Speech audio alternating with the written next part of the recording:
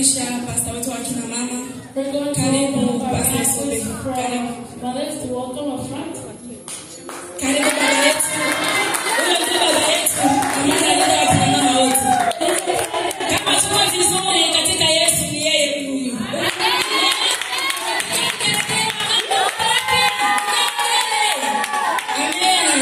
Bwana Yesu asifiwe. Bwana Yesu atukuzwe. Ninao maneno machache ya kutaka kuongea kuhusu kundi hili la wakina mama. I want to share with you guys about our mothers group. Kitu cha kwanza ni kutoa shukrani kwa Mungu. The first thing is to give gratitude to God. Kwa sababu Mungu ametuwezesha kuona siku ya leo tukiwa na amani. Because God has made it possible for us to be here with peace today.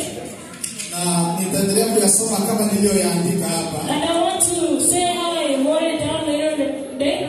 Pointi yetu ya kwanza na shukrani kwa aina mbili. Our gratitude for two ways. Sijui tafsiri nilikuwa nikisoma namna gani. I don't know how our interpreters are going to translate what I'm reading. Naanza na pointi yetu ya kwanza. I'm going to start with the first one. Tunashukuru Mungu aliyetuwezesha na kuona siku ya leo kwa amani.